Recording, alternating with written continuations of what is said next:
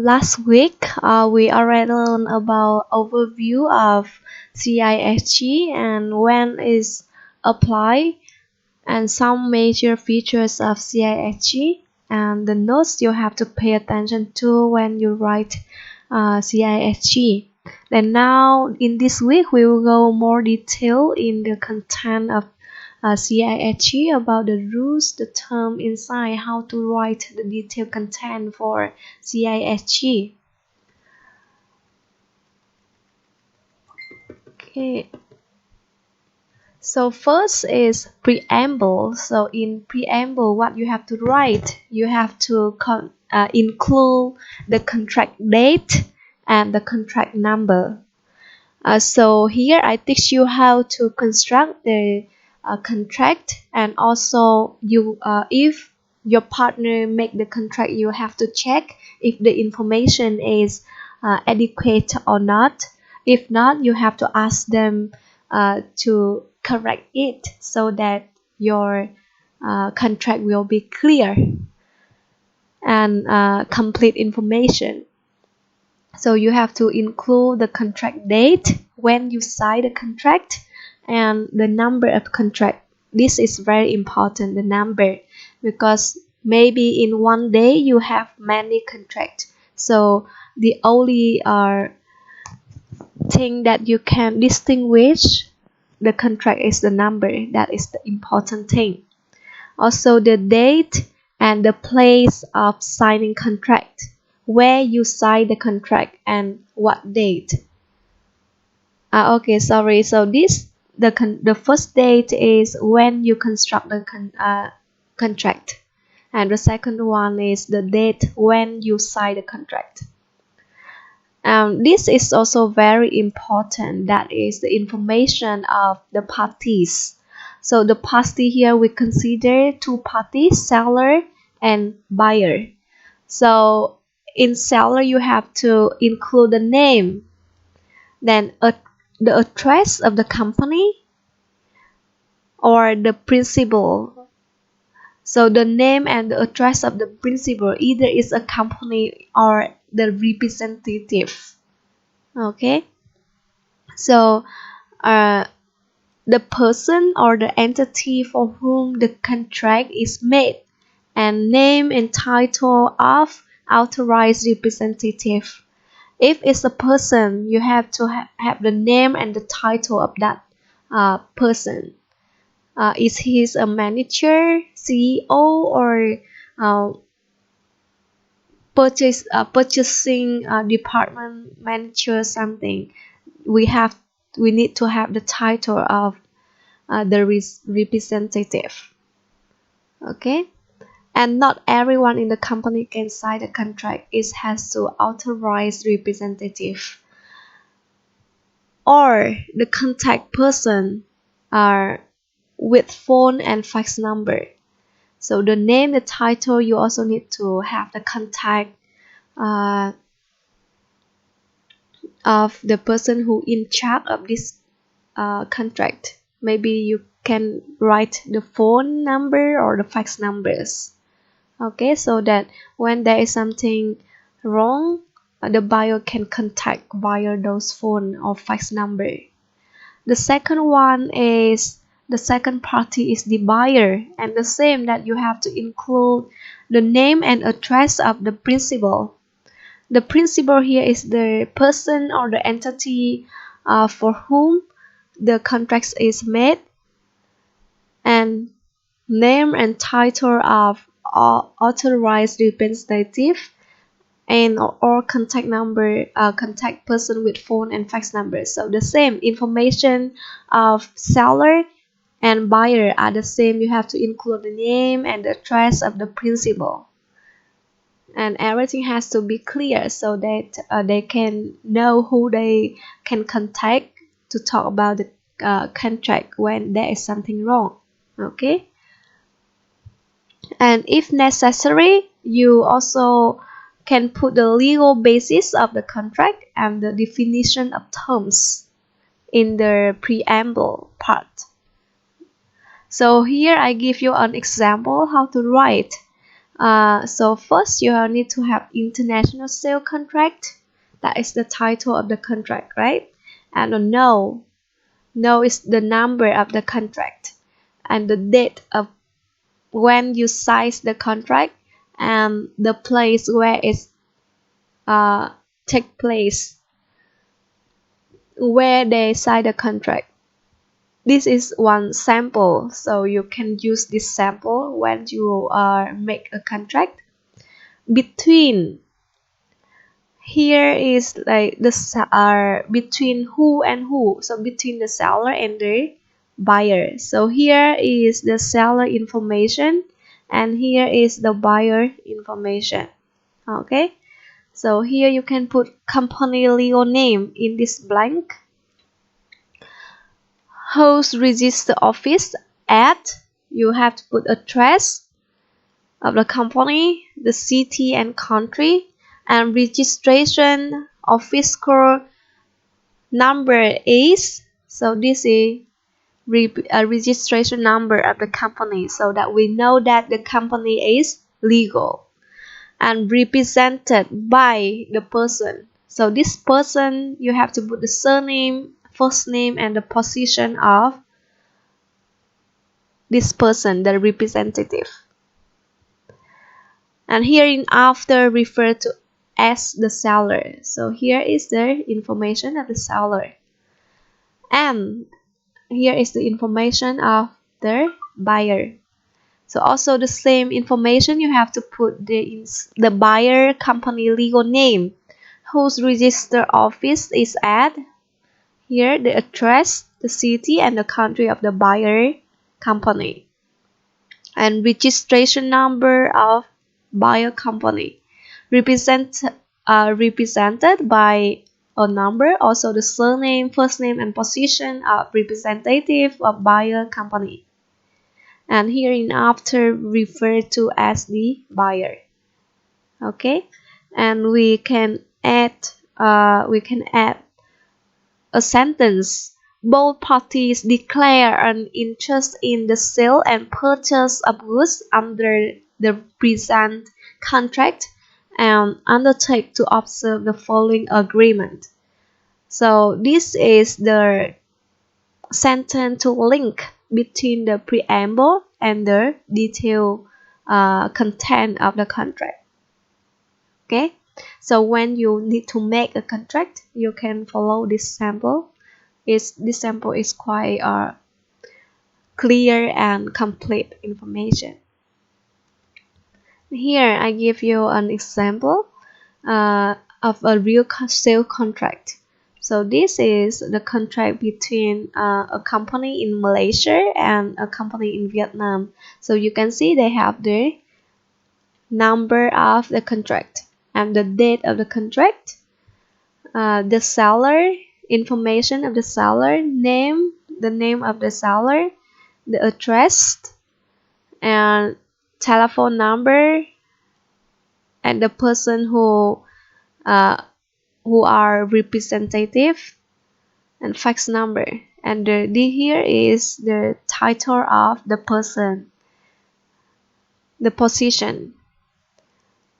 So you have different way to represent how you write. However, to represent the information, however, you need to check if the information is already complete, already adequate.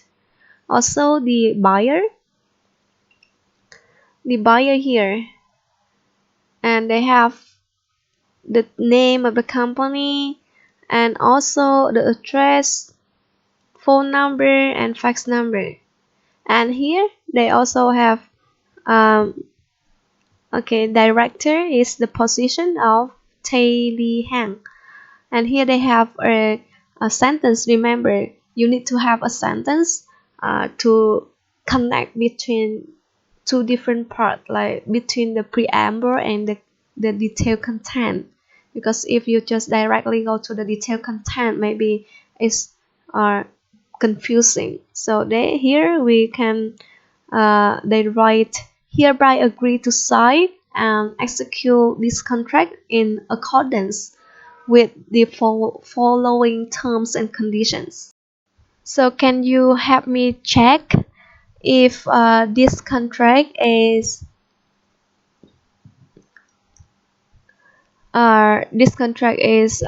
good enough, or can you see if lack of something important?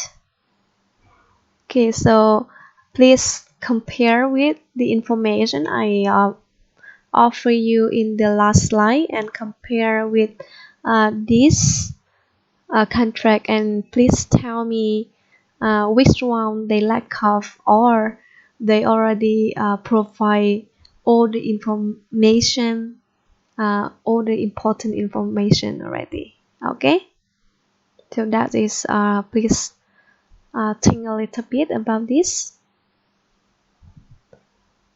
and I will ask you, you can just answer to me in the Zoom meeting. Okay,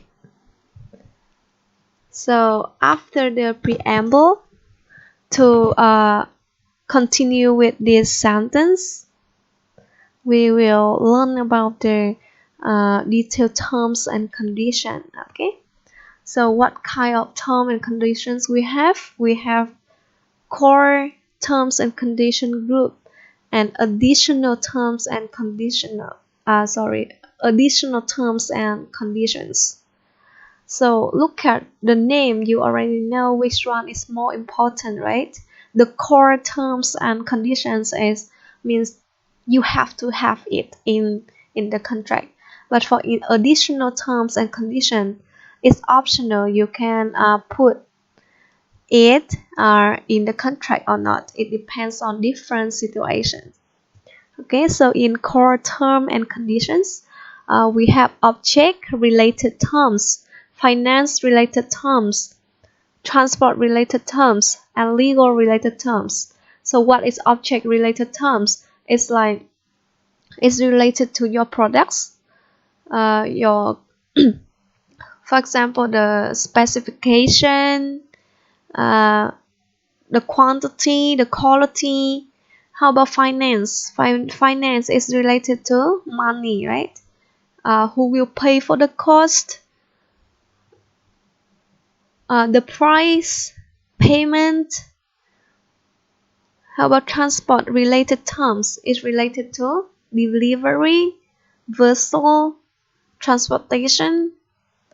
Legal related terms is what terms you are using, what law you are using.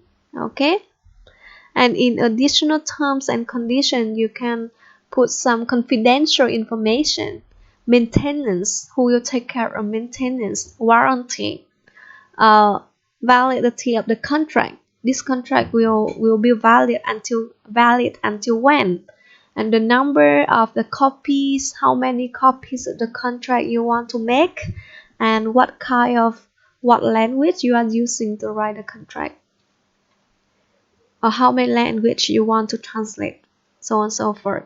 Okay, so let's go to the first term, name of goods. So name of goods is one of the most important terms in the contract. It's one of the most important. You cannot lack of these terms. And the name of goods clearly define the goods to be exchanged. So what kind of goods you will sell, you will receive. So this term will clearly define it. And name of goods, in some contract they can write name of goods, or they also can write commodity or the object of the contract. So this one is object related term, right? And how you can represent the name of goods in the contract? The first one, you can write name of goods plus the trade name or scientific name. For example, you can write Arabica or Robusta coffee. Okay, or you can write Pitaya, Hyloceros, Andatus, red dragon fruit. So here is the science scientific name of the red dragon fruit. And the same here is the scientific name of yellow dragon fruit. So the first way you can represent the name of goods is you write the name, then you write the trade name or the scientific name. Okay. The second way you can use is you put the name of goods, then place of origin. So for example, the coffee is origin from Vietnam, so you can write coffee in Vietnam. Okay. The next way you can use, another way you can use, you write the name of goods, then you put the manufacturer name after the name of goods, or you can write the brand name after the name of good, or you can write the major specifications after the name of goods. So here maybe you can see the example, the 14-inch TV. So this is the major specification of this TV, right? So they write the major specification, then put the TV. TV is the name of good. Or 29-seat bus. So 29 seat is the major specification of the bus. Okay. Or you can use another way, that is name of goods plus the main use of this good.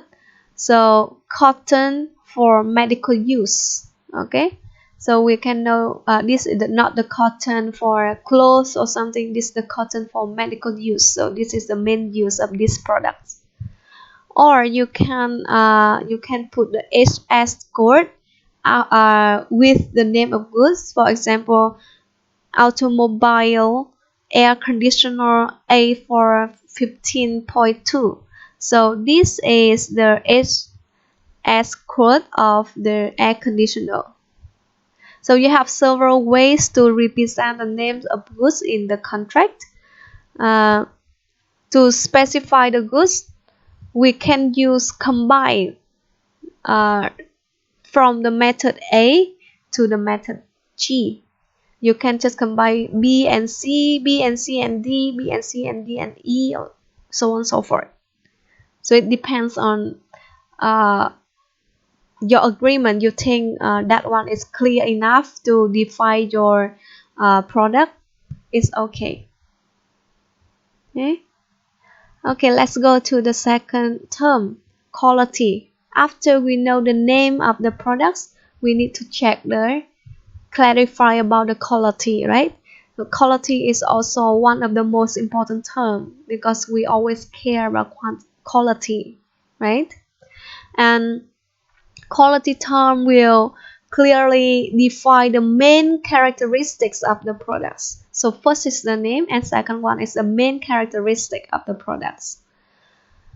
And here, to know about the quality, to write about the quality, we need to have a wide knowledge on merchandising.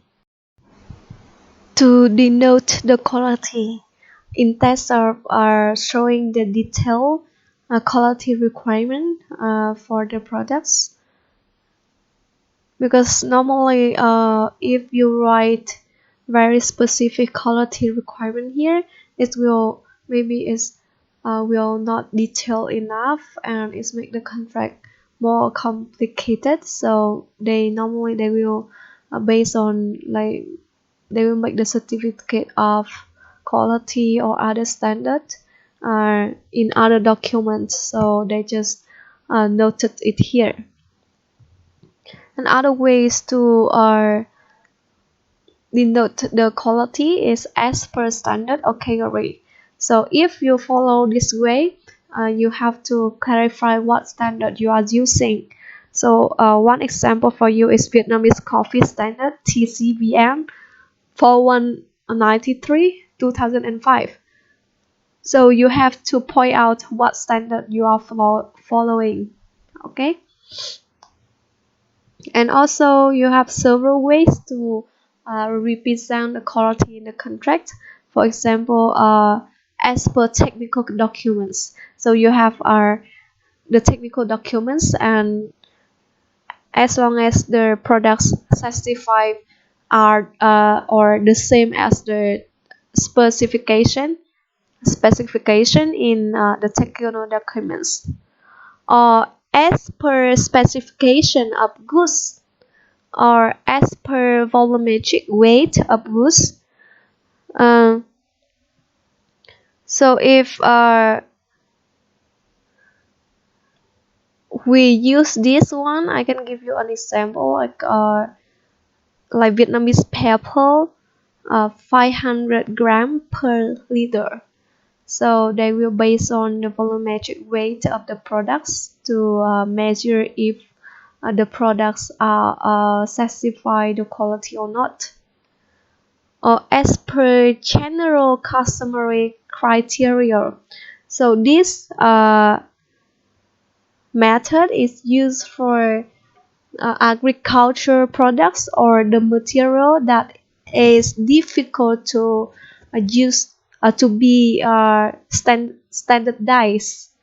So we use some terms, some familiar terms like FAQ, GAQ, or GMQ. FAQ is the fair average quality, or GAQ is the global audit quality.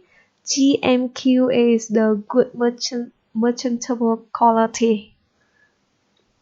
Okay, we also can use as per content of essential components, or as per ratio of products form. So for this one, we have two type of components or form. The first one is the useful, and the second one is the harmful. So for example, in a product, let me give you tamarind, the tamarind. So in tamarind, the useful factor is curcumin, and they have other components that we don't want to take those. So we can let me write here useful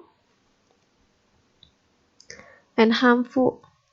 So we want to maximize the useful component, and we want to minimize the harmful component, right?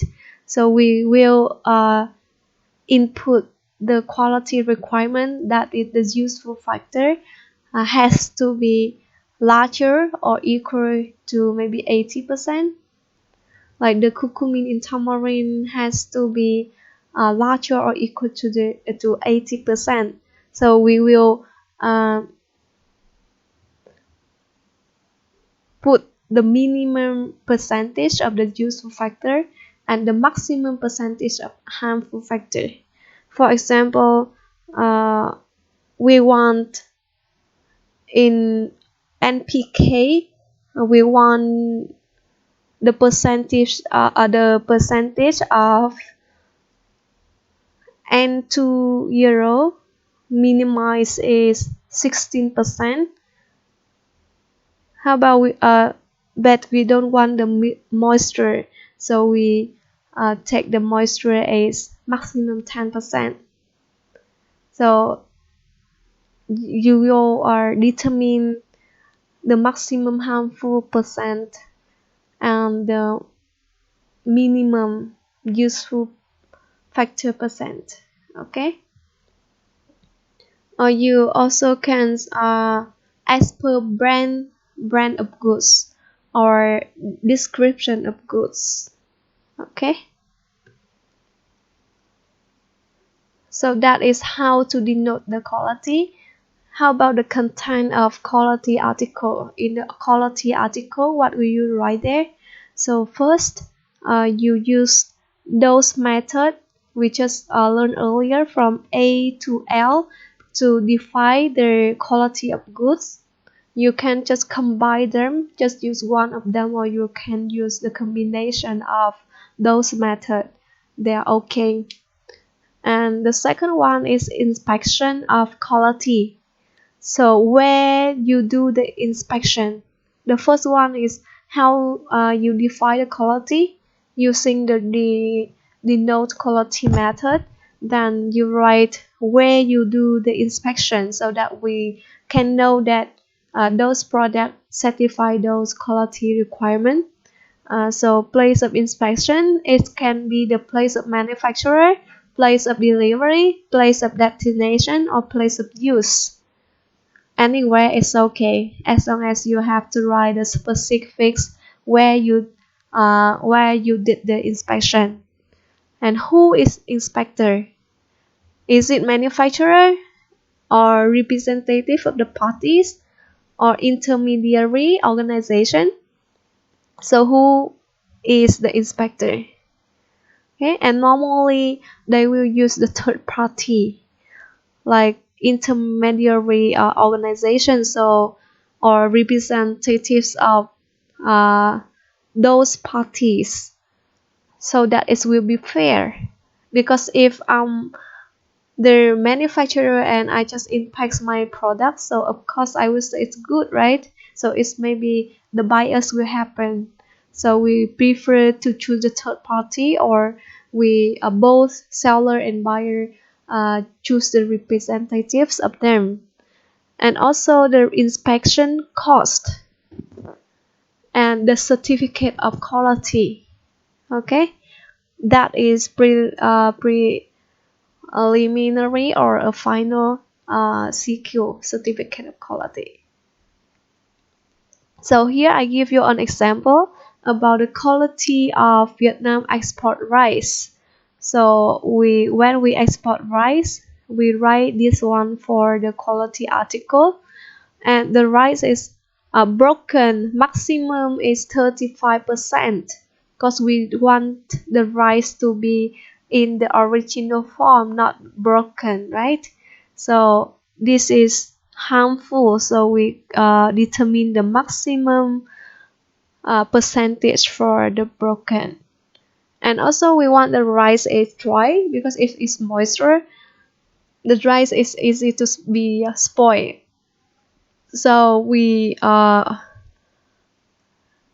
require the maximum percentage of moisture is 14.5%, and foreign matter is 0.4% maximums. So what is foreign matter? Because they want Vietnam export rice, so if it's related to other country, foreign not Vietnam, it should be maximum just 0.4%. And the crop is summer autumn crop in 2011.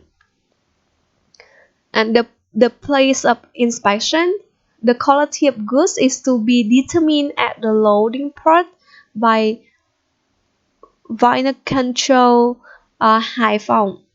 Okay, here they determine who is the inspector, that is the vinyl control high found, and where do they do the inspection, that is at the loading port.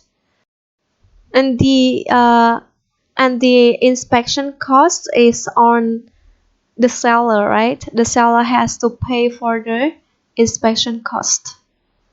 And the certificate of quality is issued by vinyl control company, and it should be final and binding both parties. Okay, so when you write a contract, and you have to write those quality requirement for the products in the quality article. Okay, next one. After quality is quantity. Quantity is also very important, because we have to make sure the product is good quality and right quantity. So in measurement unit, we separate it into group. The first one is countable products, and the second one is uncountable products. So for countable products, we can use a single or collective. So what is single? Single means we have just one unit. For collective, we combine several units into one pack. So for single, maybe we have 100 bales or 200 parcels or 1000 barrels. This is easy, right? Or for the collective, we just combine 12 eggs into one pack or 10 orange into one pack. So we have 5 dozen of eggs or 7/10 of oranges. For uncountable, we have the metric system and English system. We can use either metric system or English system, or you can use both by translation from metric system into English system and converse way. For metric system, you can use millimeter, centimeters, so on and so forth, or gram or kilogram or mt. Okay, in English system, you can use inch, foot, yard, mile, pound, ltsl example. And for this one, you have to discuss and make the conclusion with your partner. So two parties have to make conclusion. For example, the translation between metric system and English system, which one they should use. For example, the rate is 1 mt is equal to 1000 kg, or 1 lt is equal to 2240 pounds, or is equal to 1016 kg. So this number, the translation number, we have to make clear between two parties. Okay, so we can make sure that there is no misunderstanding between two parties about those translation. Okay, then how we can denote the quantity? So the first one, we can use precise the stipulation, and the second one is flexible stipulations. What is precise? It means we use those number. 1 is 1, 2 is 2. So for example, fridges is 1000 pieces. So for precise stipulation is normally used for countable products. Okay, and for flexible stipulation, we usually use for uncountable products. So for example, rice, 1000 mt plus or minus 5%. So that one is the range, the tolerance you can adjust. So if 1000 mt plus or minus 5%, it can be in the range of 950, right, to 100 euro 1050. So if the quantity of rice is 1000, is okay. If it's 960, is okay. So we have a range for uncountable, or when we use the flexible stipulation to denote the quantity. Okay, you can use some word, some phrase to describe the tolerance, like about, about, approximately, or more than less, plus or minus, or from to. Okay, and you have to discuss and uh, go to conclusion what is the range of tolerance, like is tolerance is 10% or 5%. So it has to be agreed by both parties. And the tolerance at sellers, buyers, or vessel charterers option. And the tolerance price. Okay. And we also consider the exemption rate is with or without deduction.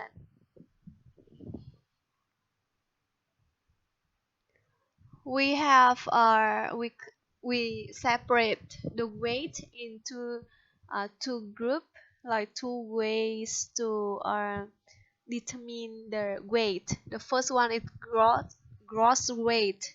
So what is gross weight?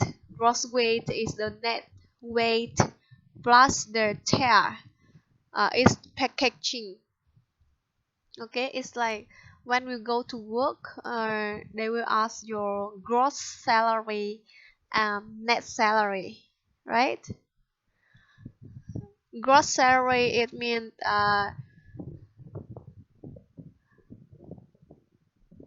gross salary.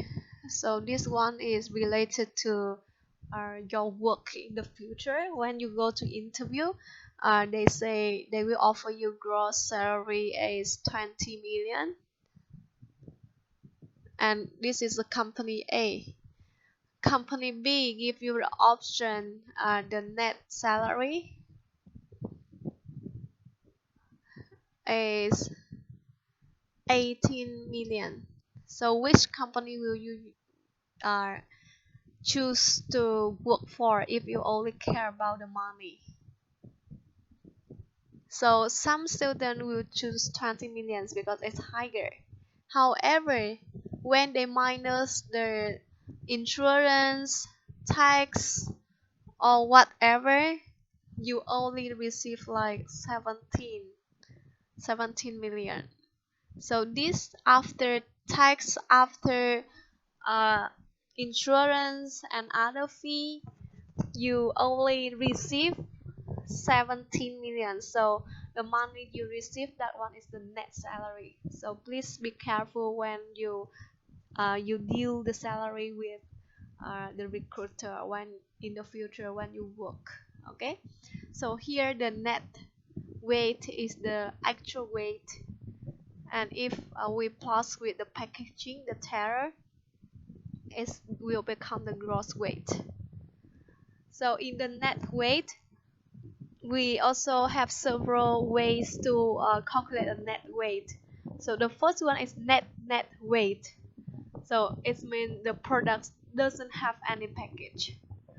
Semi net weight, they have the direct package. For example, we have a beer bottle of beer. So we have just a bottle of wine, for example. Let me erase everything. Okay, a bottle of wine. So this one is semi-net weight because they have the bottle outside. That one is the direct package. However, if they put in the box like this, so the box here is not the direct package anymore. Okay, and we have another one is gross weight for net. So it's when we use this one is when the package cost is negligible. It means it's very small.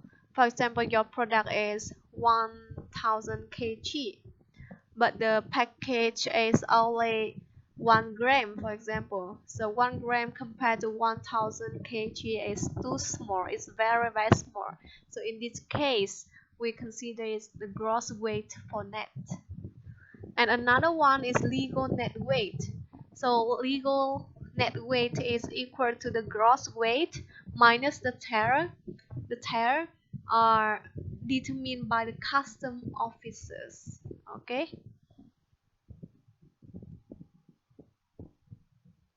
Also, we can use another methods to determine the quantity based on the theoretical weight. The mass is equal to density multiplied by the volume. Okay, so for example, I have a piece of plastic with density is 0.3 gram per centimeter,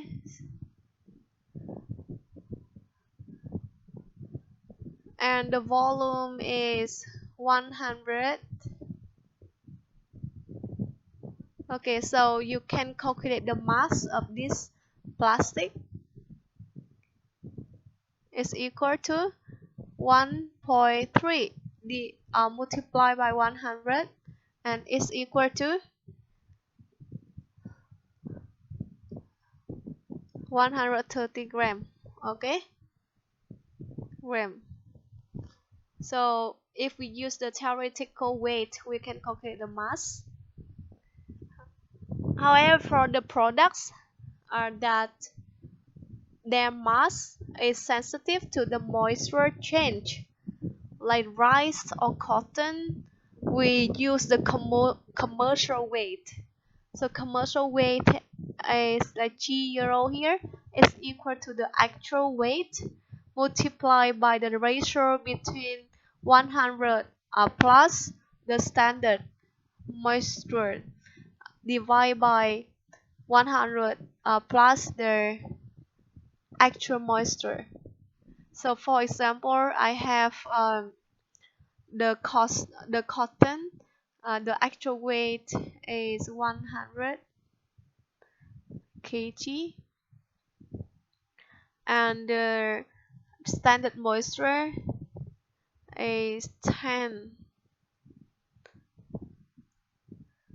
Let's say 10%, and the actual one is equal to 15%. It's larger than the standard one. So let's calculate how much is the commercial weight. So we have 100 multiplied by 100.1, right? Divided by 100.15. So we have the actual weight, the commercial weight. The commercial weight will equal to 99.95 and is smaller than the actual weight. So normally we want the actual moisture is less than the standard moisture. It's not larger. Okay, so let's calculate in the case if the actual moisture is less than. So let's say 0W is 10% and the actual one is only 5%. So we can calculate the commercial weight is equal to 100 multiplied by 100 plus 0.1 divided by 100 plus 0.05. So we can calculate the commercial weight is equal to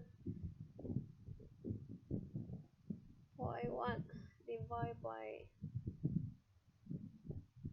So we have the commercial weight is equal to 100.05. So it's larger than the actual weight. Okay. So we can set that the actual moisture has to be less than the standard one, so that we will have a better balance in the commercial weight. Okay, we will get more benefit if the actual moisture is larger than the standard one. Is not good. Okay. Okay, so how to write the quantity in the contract? Earlier we separate the quantity into two types, the precise and the flexible, right? So first you have to specify the content. If it's flexible, you have to input the tolerance. if it's 5% or 10%. And the second one, you have to select the method to determine the quantity. If you use the gross, net, or theoretical or commercial weight. And the next content in quantity article, you have to determine the inspection of goods. The place of inspection is same as like quality. They also have to check the quantity, the shipped weight or the landed weight if it's the same. Okay. And inspector, who is inspector? The parties representative or the intermediary. And inspection cost distribution, who will take care of the inspection cost. And also the certificate of quantity. Earlier we have certificate of quality, and here we have the certificate of the quantity, if it's certified or not. And here is one example for you guys about the quantity article. So about quantity of Vietnam export coffee, here we can see coffee we calculate is we assume it, we consider it as an uncountable products. So we use the precise or flexible. We use the flexible, right? So flexible, you have to see the tolerance here is 5%, and you represent it 5, the quantity is 5,000 mt, plus or minus 5% at the seller option. Okay. And tolerance price is determined at the time of delivery. So it's about the tolerance price. And the mention above quantity is understood as gross weight for net. So they use a method as gross weight for net. And the quantity is to be determined at the unloading port. So here is the place where they do the quantity inspection, and by the container inspection service company.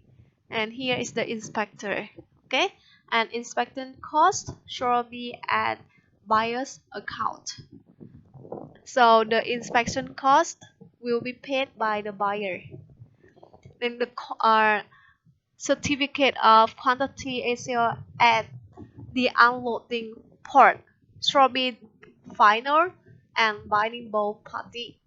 So here is one example, and you can use it. You can see that all the information is included in this article. Okay. And in the next video, I will talk about the packaging and delivery. Thank you.